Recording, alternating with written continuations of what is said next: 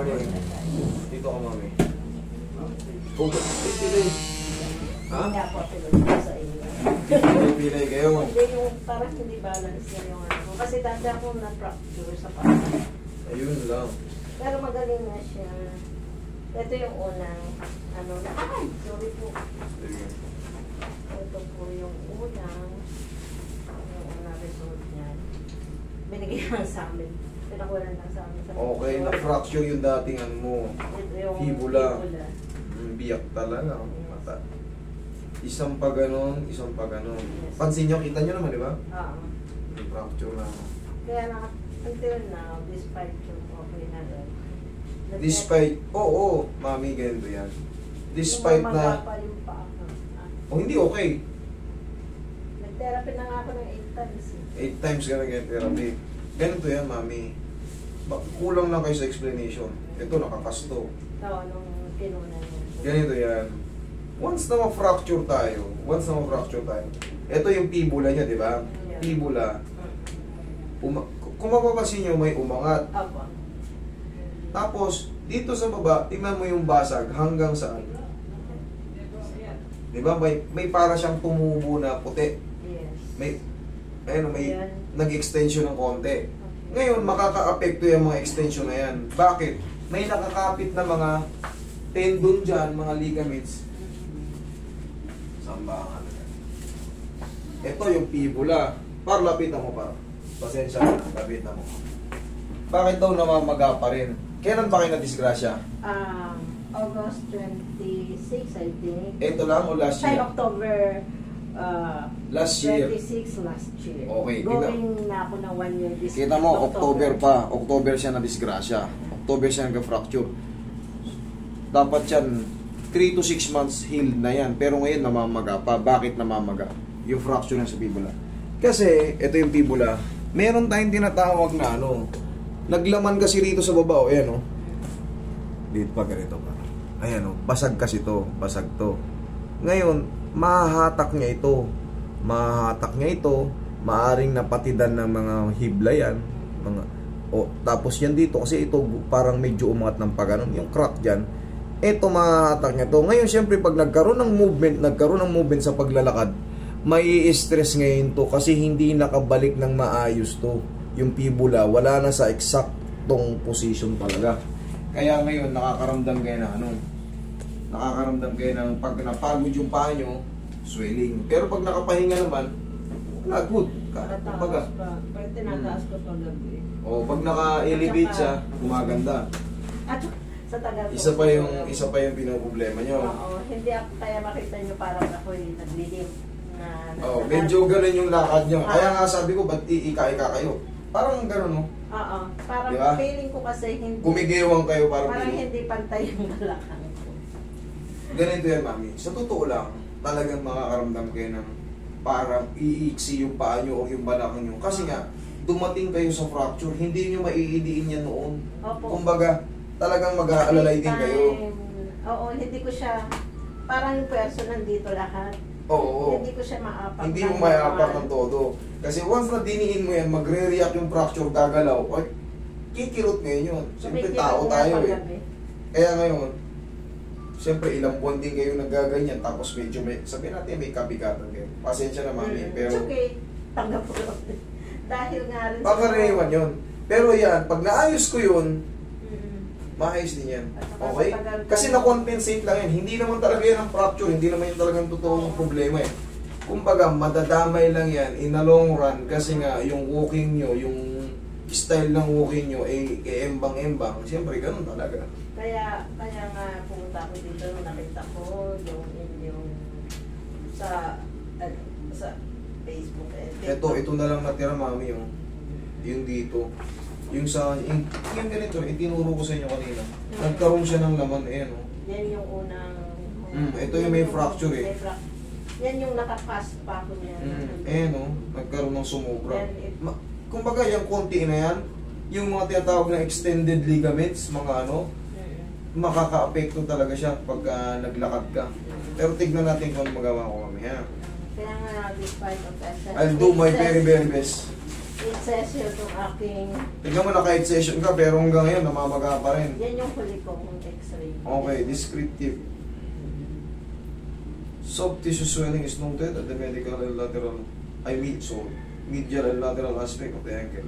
Spar are seen in the frontal aspect and the right calcaneus. Joints pain are maintained.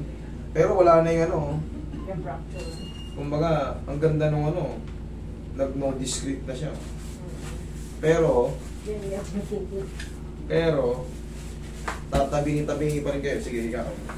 Mami, kung kaya natin pang mag-lower ng timbang, ha? Kumbaga, mag-loss pa tayo Alam ng mo konti. kaya lang siguro ako nag-gain na ganito kasi wala akong Wala kang movement, hirap. Hirap akong... Isang taon na to, bukas ay next Sa 26. Ang next exact. year, ay next ano? Sorry. October. O next month. Yeah. October yeah. 26. Pero yung mga ganito kasi 3 to 6 months lang yan, dapat full healed na yun. Higa po kayo. Okay. Ay, teka. May oil. Ano yan? Okay lang po ba? Sige, sorry. Pero, meron po ba akong express kung hawakan niyo ako? Very Kasi- light lang. Nakagat ako ng aso kagabi. Opo. Ah! Galing ako Kaya ng pala, oh. hospital, lumabas kami ng 12:30. Hindi, sige, ililis ko. Dito lang tayo mag-focus pa sa... Ah, Hindi yeah. ko rin tatabigin yan eh. Meron ako dito sa braso, dalawa. Dito isa. Anti-death, ano? Anti-tetanus, 2 rabies. Meron ako dito Anti-rabies. sa hita na dalawa. Sige, ano ko yan. Doon lang ako mag-focus. Medyo Very, masakit. ano ko yan eh. Kumbaga talagang, kumbaga, fragile kayo ngayon. Nagkataon pa. Buti nga na. Eh, nakita mo naman yung swelling oh. Yan yung ano, kagat na aso kagabi. Dito tayo sa ano. Kaya lang gusto ko lang talaga bumalik sa'yo, pumunta sa'yo. Okay. Kahit 2 hours lang tulog. Okay, sige. Yan po yung ano. Madali. I-compare ko lang. Kaya nga ba? Okay Kita po, mo, medyo namamaga talaga to. Oh. Baga pa rin po. Yun Baga yung pa rin problem talaga ko. kahit anong ano. Ngayon, sabi ko nga sa inyo, mami, kahit papaano sa... Pag naayos ko to, Salamat. medyo mag-ano tayo ha. Mag-less tayo ng ano. Yan nga. Kahit paunti-unti lang eh. Yes, yes, yes. Ang gusto kong bumalik yung normal ng lakad ko. Pabili kang ano eh.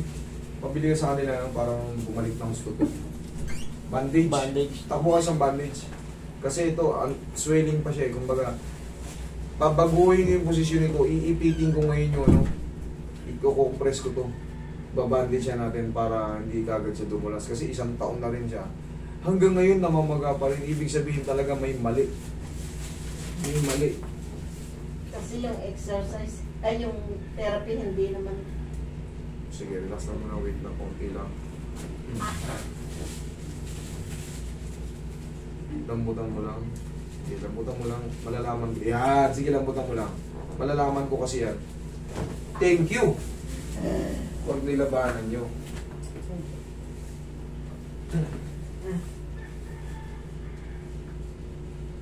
Naramdaman niyo yun? Yes po, yes.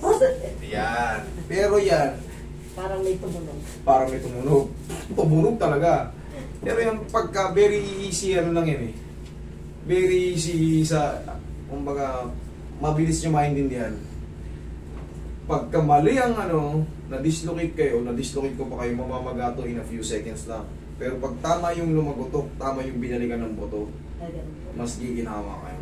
Ay, ganun. Subukan nyo matapilok. Tingnan ko lang, ilang segundo lang yung lobo agad yung paa nyo. Ganun yun. Pero pag tama yung adjustment, hindi yan mamaga. Walang swelling. Walang swelling. Gagaan pa yung pakiramdam nyo. Okay. Pero pag mali na mali ko, ayan na, abangan nyo na yan. Abangan nyo na yung pamamaga. Pero never mangyayari yun. Mami, kahit mga ilang linggo, hayaan nyo muna mag-establish yung posisyon na itong bago. Ano gagawin? Bandage lang. Tatanggalin nyo na yung bandage pag matutulog na kayo, ne? Opo. Pag matutulog kayo. Kasi mas maganda, wala naman kayong open wounds. Nakakasingaw lang siya. Ah. Medyo i-elevate nyo lang. Pag ano lang, pag gabi. Pag gabi, kung Pag the matutulog whole na. day na, Whole day, isuot nyo muna. Kasi okay. ngayon, binago pa lang natin yung ano eh. Ngayon pa lang eh. Ngayon pa lang siyang nabago talaga sa loob ng isang taon. Okay po. Kasi kung naayos na to noon, na-therapy na kayo ng 8 kamo, di ba? Kung naayos niya talaga noon, wala na tong swelling. Hindi naman kasi ganyan yung pag-therapy, yung pag-therapy, di ba? Sige nga, mami, try to step. Okay. Baka po. Sige. Tapos ayusin ko rin balakang nyo. Ay, yes, yun yung... Pagka, try, ayan nyo muna. Yan yung- Itapak nyo muna. Bago ko ayusin yung balakang nyo. Obserbahan nyo yung pakiramdam nyo yun, tsaka kanina. Yun. Wala ko na nararamdaman ng pain na.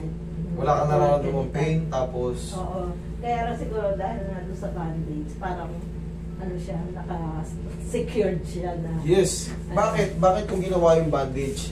Upo kayo. Ay, okay. Siyempre, kailangan natin compress yung umangat na ano. Nabuto. Kumbaga, yan na yung position noon eh. Kumbaga, yan yung original eh. Yan yung original, kaya ako in-adjust ko, kinompress ko. In-adjust ko, kinompress ko. Yan talaga ang ano. Kasi kung mali yung ginawa ko, sa tingin nyo, in a few seconds, hindi mamamagayan. Mamamagayan. Okay ngayon, wala namang masakit. Okay na yan. Higa kang patagilid. Ayusin ko yung balakang mo. Isang side doon. Kahit saan pumauna. Sige. Okay, thank you. Sige. Papagilid. Mami, tanggalin nyo muna to. Baka mamaya makalimutan natin. salamin. Sayang. Baka may ano na yan, grade yan. Walang masakit sa paa nyo ha? Wala naman. Okay, good So na yan. far, wala. Tagilid yan. Ito ang matutubi. Okay, sige, dahan-dahan lang. Sa balakang, hindi kayo tinurukan sa puwet. Hindi. Yung iba kasi tinuturukan sa puwet eh. Dalawa. Bale, 5. Sige, 4 na anti-rabies tsaka ano. sige. Medyo malalim-lalim din yung ano nyo. Tama kami ng kagat. Oo. Nagulat kasi aso ko. Kabila. Aso nyo rin ang kumagat sa'yo. Yes. Yun lang. Nagulat tsaka ano. Kala niya, inaaway nyo siya. Remind ko lang ha, tanggalin nyo to pag matutulog kayo ha. Pag mga tutulog lang. Pero okay lang ba ako maligo ngayon? O, Paalam naman yan eh. Mamayang gabi ang ligo nyo. Maaga pa naman. Yung, ihaya kayo ulit. Mamayang gabi o hapon. Okay. Medyo maaga pa naman. Nakakapay. Tsaka paalam naman to, never ko namang hindi ko na kaya hahatakin na traction. Dito lang to. Na ano lang naman to na damay lang to. Sige, upo kayo.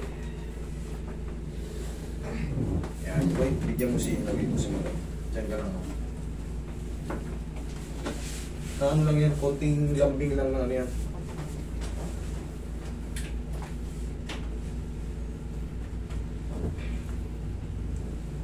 Saan ba kayo? Taga saan ba kayo? Sa may Guadalupe. Guadalupe. Hindi kayo nadamay sa Taguig. Ay, nadamay kami. Nadamay kayo. Taguig na kayo ngayon. O kasi nga, daming ilang Embo. ilang Pitogo embo. kami eh. Pitogo. Ilang ano yan, nakuha. Kaming Pitogo. Nag-budget nga rin dito yan. Dito ko siya yung Husband Airpod. ko. Oo, kaya pala Yung Yeah. kapatid Frozen ko shoulder. twice frozen shoulder. Then yung husband ko yung carpal tunnel. Kumusta na yung husband mo? Ay ano, kasi nagkalaman daw. Hmm. Although nag-improve nung pinagawa niya sa iyo. Pero nung nag-check kami sa doctor, kasi parang tumigas yung dito niya. Nagkalaman. Pin-advise opera. Inoperahan naman na siya. Ngayon, nakakapag-tricycle na siya ulit ngayon. Nag-move na. Kasi malaki na raw yung laman na tumubo. Yun. Pwede yung mahalaga sa tulong ko, sa tulong mo. Yung nung sa'yo, nung pumunta siya, na-loosen yung... Then, Dati hindi na maganon yun. Oh, yes, hindi niya Pero magalaw. kung ilan ako, ayos na siya. Tapos, Kaya lang- may tumubong laman dito. Mm-mm.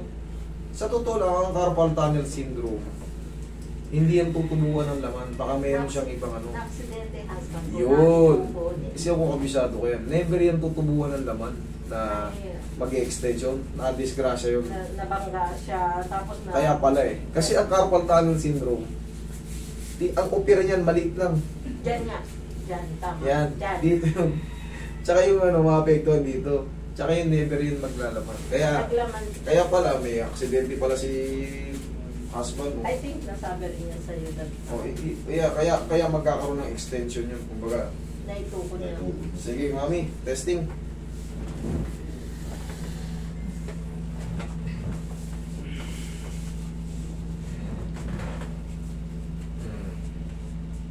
Sige. Dapat. Oh, ha?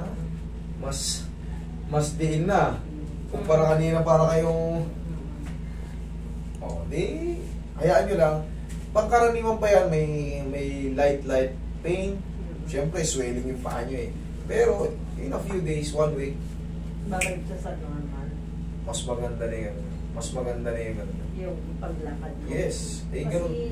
parang limping kasi ako. Yung dahil nga siguro, Mami, feeling ko yung balakang ko hindi bal.